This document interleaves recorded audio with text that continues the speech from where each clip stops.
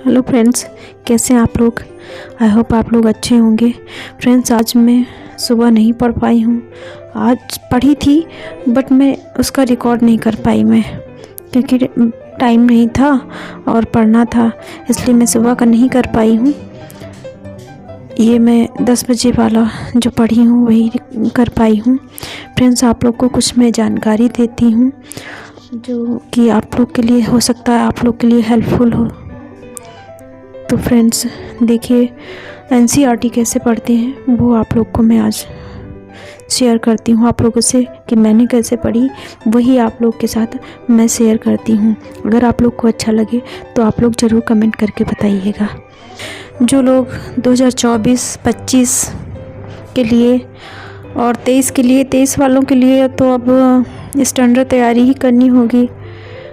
बाकी जो 2023-24 जो 25 के लिए देना चाहते हैं वो लोग एनसीईआरटी कैसे पढ़ें, मैं उन लोग को आज थोड़ी सी सजेशन देती हूँ कि एनसीईआरटी कैसे पढ़ेंगे। दोस्तों, पहले तो आप लोग एनसीईआरटी 6 to 12 पढ़िए। तो 6 to 12 पढ़ेंगे कैसे, आप लोग क्या करेंगे, हमने ऐसे ही किया है तो काफ़ी समझ में भी आया। जैसे आपने 6 से स्टार्ट किया तो 6 से जो सब्जेक्ट आप जैसे हिस्ट्री की पढ़ रहे हैं तो आप हिस्ट्री 6, 7, 8, 12 तक आप लोग हिस्ट्री की पढ़िए। तो क्या होता है ना, उसी सब्जेक्ट में आपका जो है समझ बढ़ जाती है। उसके बाद आप लोग दूसरा सब्जेक्ट लीजिए।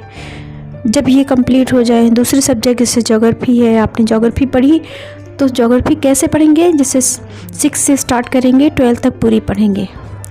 उसके बाद में आप लोग क्या करेंगे, नोट्स आप कहाँ से बनाएंगे।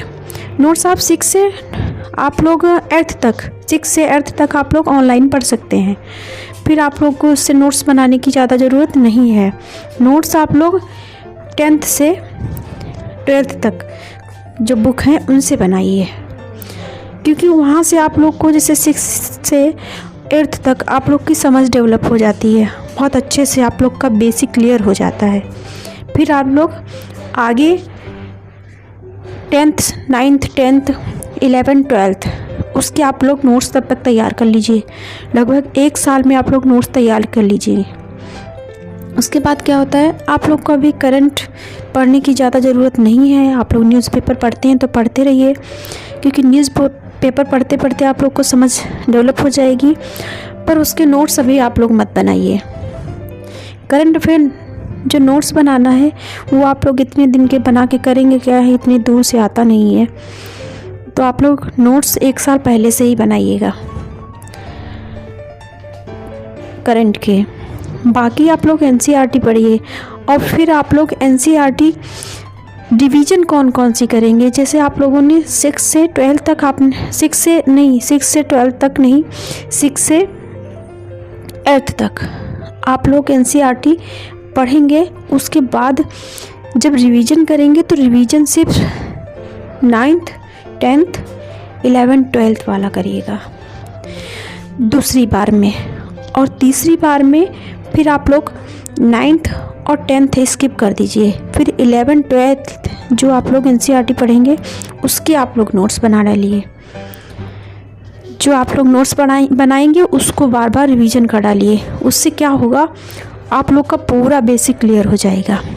उसके बाद में क्या करेंगे, जब बेसिक क्लियर हो जाएगा तो अच्छे से आप लोग की समझ जो है डेवलप हो जाएगी। फिर आप तब तक आप लोग का 1 साल बीत चुका होगा। फिर आप लोग स्टैंडर्ड तैयारी कीजिए, जो स्टैंडर्ड बुक हैं वो वाली पढ़िए। और तब तक आप लोग का ग्रेजुएशन भी चलता रहेगा, क्योंकि ग्रेजुएशन का भी आप लोग को पढ़ना है और साथ में एनसीईआरटीज़ भी पढ़नी है। तो आप लोग को एकदम से नहीं पढ़ना है, थोड़ा थोड़ा करके पढ़ना है। थोड़ा थोड़ा करके पढ़ेंगे तो आप लोग की समझ ज़्यादा विकसित होगी। अगर एकदम से पढ़ेंगे तो आप लोग फिर परेशान हो जाएंगे, क्योंकि एकदम से सारा बाहर लग जाएगा तो उससे ज़्यादा दिक्कत हो जाती, समझ नहीं आता। और ये ध्यान रखिए ज़रूर कि आप लोग सब्जेक्ट वाइज पढ़िए एनसीईआरटी, तब ज़्यादा समझ में आता है। अगर आप लोगों ने जैसे हिस्ट्री पढ़ ली, फिर ज्योग्राफी पढ़ी, फिर उसके बाद में कोई और सब्जेक्ट पढ़ लिया, तो उससे क्या होता है, फिर हमारी जो है समझ इसमें से उसमें उस सब्जेक्ट में या उस सब्जेक्ट में चली जाती है, तो उससे समझ नहीं डेवलप हो जाती है। और ऐसे क्या होता है, जैसे एक अभी हिस्ट्री 6 की पढ़ ली, फिर 7th की पढ़ ली, फिर हिस्ट्री 8th की पढ़ ली, ऐसे पढ़ेंगे तो आप लोग का बेसिक बहुत अच्छे से क्लियर होगा। मैंने दोस्तों ऐसे ही किया है और मैं 1 साल से कर रही हूँ। अब मेरे पास ज़्यादा टाइम भी नहीं था क्योंकि मेरे पास 1 ही साल था, तो मैंने ऑनलाइन पढ़ी है। आप लोग ऑनलाइन पढ़ सकते हैं, जिनके पास, बहुत लोग के पास नहीं है, इतनी फाइनेंशियल स्थिति ठीक नहीं है, तो आप लोग ऑनलाइन पढ़ सकते हैं। ऐप आप लोग डाउनलोड कर सकते हैं हिंदी में या इंग्लिश में। प्ले स्टोर से NCERT का ऐप आता है, आप लोग वहां से डाउनलोड करके आप लोग पढ़ सकते हैं। और हार्ड कॉपी में लेना है तो आप लोग को अगर ऐसे NCERT नहीं मिलती तो आप लोग ऑनलाइन मंगा लीजिए, ऑनलाइन मंगा के आप लोग पढ़ लीजिए। पर ऑनलाइन सारी मत मंगाइए, मेरा तो यही सुझाव है। आप लोग 11th-12th की ऑनलाइन सिर्फ मंगाइए, बुक NCERT मंगाइए और बाकी आप लोग ऑनलाइन ही पढ़ लीजिए। ऑनलाइन ज़्यादा अच्छा रहेगा। क्या है कि आपको नोट्स सिर्फ उनसे बनाने हैं जो 11th-12th है, बाकी आप लोग को सिर्फ पढ़ना है। तो पढ़ने का क्या, हम ऐसे ही पढ़ सकते हैं, ऑनलाइन पढ़ सकते हैं। ज़्यादा मेरे पास नहीं है, पैसा नहीं है, या किसी भी तरीके से आप लोग इस तरीके से पढ़ सकते हैं, और तो आप लोग का बहुत अच्छा तैयार भी हो जाएगा। फ्रेंड्स, आप लोग को कैसी ये जानकारी मेरी लगी, आप लोग कमेंट करके ज़रूर बताइएगा। और कोई भी जानकारी आप लोग को चाहिए हो वो भी बताइएगा। लाइक, सब्सक्राइब, शेयर ज़रूर कीजिएगा आप लोग, जिससे जो है हमें पता चले कि आप लोग को कैसा जो है वीडियो मेरा पसंद है कि नहीं पसंद है।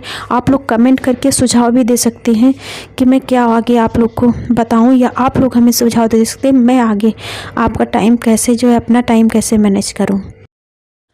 और हाँ फ्रेंड्स, आप लोग ऐप डाउनलोड कहाँ से करेंगे, प्ले स्टोर में जाएंगे और NCERT हिंदी या इंग्लिश डालेंगे, वहाँ से आप लोग को ऐप मिल जाएगा, NCERT ऐप।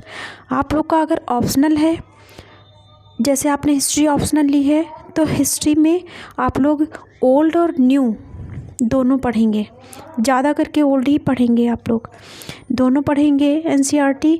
और अगर आपका ऑप्शनल नहीं है वो सब्जेक्ट, तो आप लोग न्यू पढ़ लीजिए। बाकी जो है सारे सब्जेक्ट में न्यू ही आप लोग पढ़िए, ओल्ड पढ़ने की ज़रूरत नहीं है, क्योंकि बाकी सब वही रहता है और हिस्ट्री थोड़ा सा ज़्यादा हो जाती है। बाकी आप लोग देखिए, जिस सब्जेक्ट में आप लोग का, जैसे हिस्ट्री है या ज्योग्राफी है, कोई भी आप लोगों ने ऑप्शनल लिया है, तो उसकी न्यू ओल्ड दोनों पढ़ लीजिए। बाकी आप लोग GS के लिए आप लोग सिर्फ न्यू ही पढ़िएगा। Thank you friends.